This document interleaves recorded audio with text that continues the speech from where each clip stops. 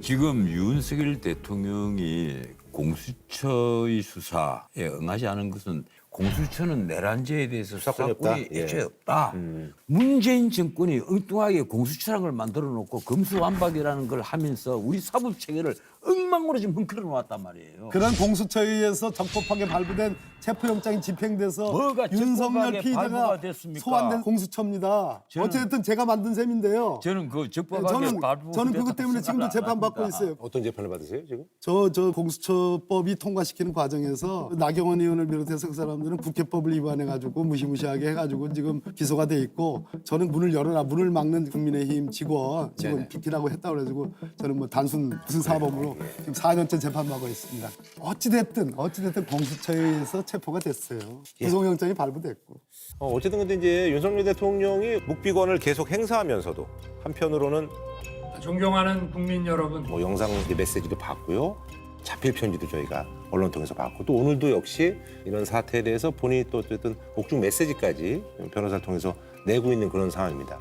묵비권이라는 게 현대 사법 네. 정의를 실현해가는 과정에서 변호인의 조력을 받을 권리와 함께 양대 권리입니다. 네. 그러나 대통령의 묵비권은 이중적 자아를 충족하는 실현 수단으로 쓰이고 있다. 즉 낮에는 윤석열, 밤에는 안석열이라고 선택적으로 쓰이고 있다. 예. 그러면 한국의 사법 절차에 본인이 이 비상계엄이 내란이 아니라고 얘기한다면 헌법재판소와 공수처와 경찰과 검찰에 의해서 진행되고 있는 한국의 사법 절차에 대해서 나는 묵비권을 행사하더라도 나는 그 절차에 협조하겠다. 협조한다는 것은 소환에 응하는 겁니다. 그거는 누구도 성역이 있지 않아요. 그거를 하면서 한다면 말이 되는데 그건 전혀 협조를 하지 않으면서 지금 뭐 편지 썼죠? 그 경황 없는 상황에서 동영상 촬영했죠? 그리고 SNS에 자기 지지자들에게 일방적으로 얘기했습니다. 그 내용의 핵심은 나는 정당한 비상계엄을 했다. 이중적 자아 중에 내가 정당한 계엄을 했기 때문에 야당과 이 야당을 둘러싼 이 국회 세력은 반국가 세력이기 때문에 군을 동원해서라도 응징하고 짓밟아야 된다는 얘기. 이 표현은 안 썼지만 읽는 사람으로서는 그렇게 읽을 수밖에 없는 얘기를 하는 거예요. 이중적 자아가 그렇게 쓰인다는 것에 대해서 정말 이 양반이 대한민국의 일국의 대통령이었나라는 생각이 들 정도로 일종의 자부심 형상을 하고 있다고 보는 겁니다. 자꾸 아까부터 정당한 비상계엄이다. 이걸 윤 대통령이 지금 주장을 한다고 말씀을 하시는데 비상계엄 선포 행위는 우리 헌법학 교과서를 딱 펼쳐보면요. 이건 사법심사의 대상이 되지 않는 고도의 통치행위다 이거예요. 또 잠깐 이거는 좀 반론을 말씀드리면 우리 저 국민들이 우리 전 변호사님이 말씀하시는 것을 그대로 믿을까 봐 비상계엄에 대해서 포고령을 중심으로 해가지고 유신 비상계엄이든 5.17 비상계엄 확대든 다 사법심사의 대상이 됐습니다. 대법원 판례가 다 남아 있어요. 근데 사법심사 대상이 안 된다는 얘기는 하나만 알지 둘은 다 안 읽은 거죠.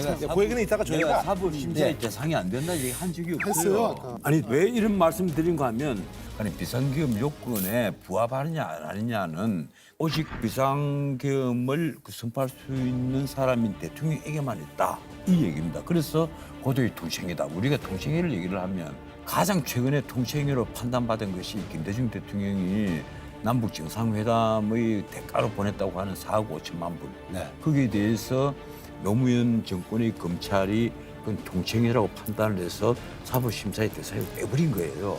그런데 그 이후로 또 다른 뭐 통치행위 논란이 한두 번 있었는데 문제는 이번입니다. 이번에 비상계엄 선포행위를 가지고 과연 이걸 윤석열 대통령이 통치행위로 볼 것이냐 아니면 민주당이 주장하는 내란으로 볼 것이냐. 그 민주당이 이제 내란이라고 말한 근거는 가령 포고령이 하나 있고 그리고 국회에 들어가서 지립을 한 행위 같은 그걸 하나의 근거로 든단 말이에요. 그런데 이게 비상계엄이라는 것은 대통령의 특단의 그 하나의 선포행위란 말이에요.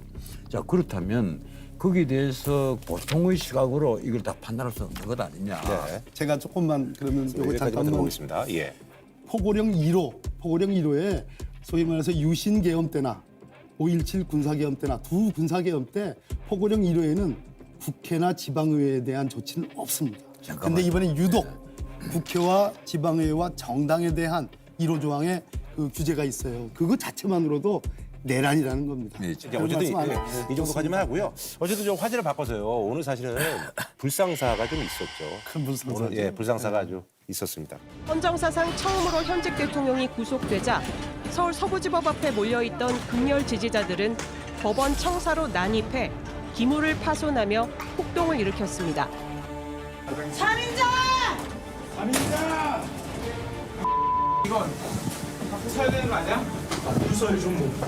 한 손엔 소화기, 다른 한 손엔 쇠파이프를 든 사람도 보입니다. 강성 지지자들이 폭력적인 어떤 행동들을 해서 경관들도 다치고 그런 상황인데요. 잘은 모르지만 뉴스에서 이제 충격적인 장면 중에 하나가 트럼프 대통령 이제 강성 지지자들이 예. 미국 이제 국회의사당에 난입을 해서 네, 그런 것도 네. 저희가 이제 시각적으로 봐온 상태인데, 이게 전 세계에도 이렇게 법원에 난입하는 경우는 이게 아주 드문 일. 흔치 않다라고 이렇게 얘기를 하셨는데, 예. 어제 서부지방법원 앞에서 경찰 추산으로 4만 4천 명이 모였단 말이에요. 네.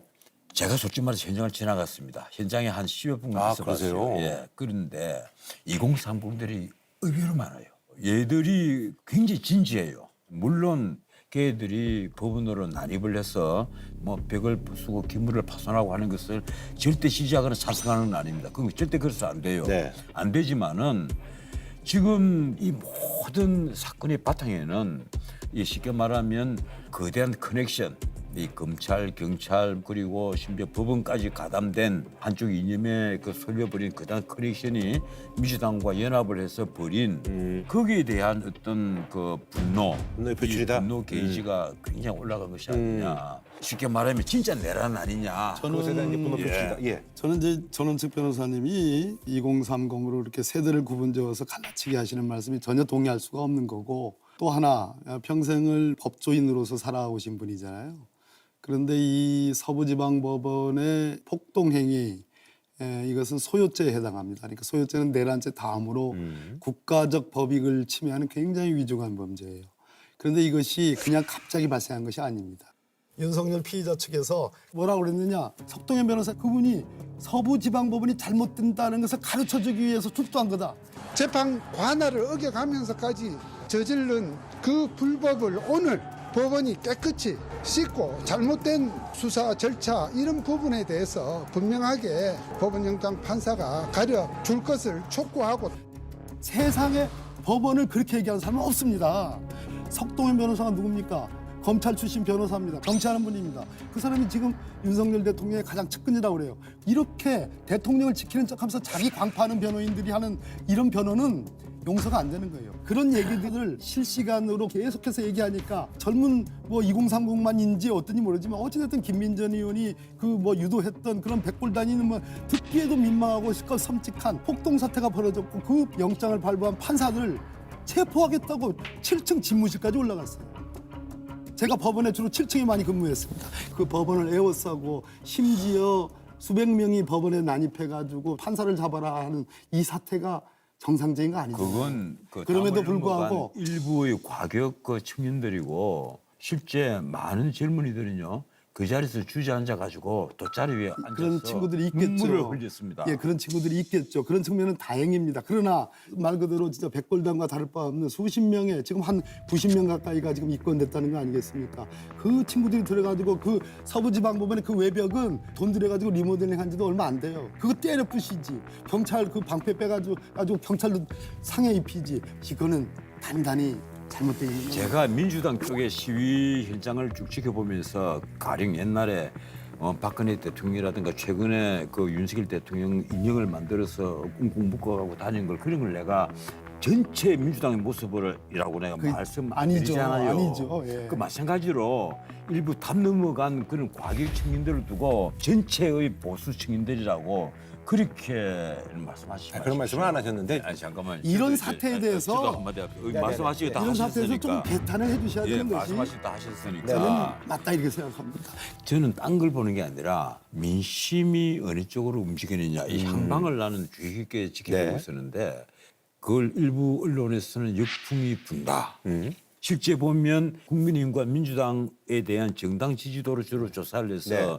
어느 정도로 바람이 바뀌고 있는가를 보는데, 지금 MBS 조사라든가 갤럽이라든가 이런 면접 조사를 하는 걸 보면 드디어 국민의힘은 올라오고 민주당은 약간 오다가 들이붙었다가 역전이 되어버렸단 네네네. 말이에요. 그 전에 일방적으로 윤석열 대통령 쪽에 몰렸는데 네네네. 말하자면 민주당 쪽에서 너무 점령군 행세를 하니까 음. 거기에 대한 어떤 반발이 일었다. 그래서 역풍이 불기 시작했다. 네. 저는 거꾸로 말씀하실 줄 알았어요. 최근에 국민의힘 여론조사가 좋게 나오니까 그런데 법원에 대한 전대미문의 이 폭동 사태 때문에 국민의힘 쪽에서는 긴장해야 될 거다. 이 흐름이 바뀔 수가 있다. 근데 거꾸로 말씀하시는 걸 보고 저는 진짜 아예 실색했습니다. 정말로. 앞으로 한번 두고 보십시오. 오죽했으면 예, 바람이 어느 쪽으로 부는가. 오죽했으면 우리 그러면 이렇게 합시다. 국민의 예. 아니요 그렇게 얘기할 것도 앞으로 아니고 일주일 동안 바람이 어느 쪽으로 부는가 봐서 일주일 뒤에 뭐 또 뭐 소주예요? 삼겹살 사기. 제가 의대보험 자신 만만합니다.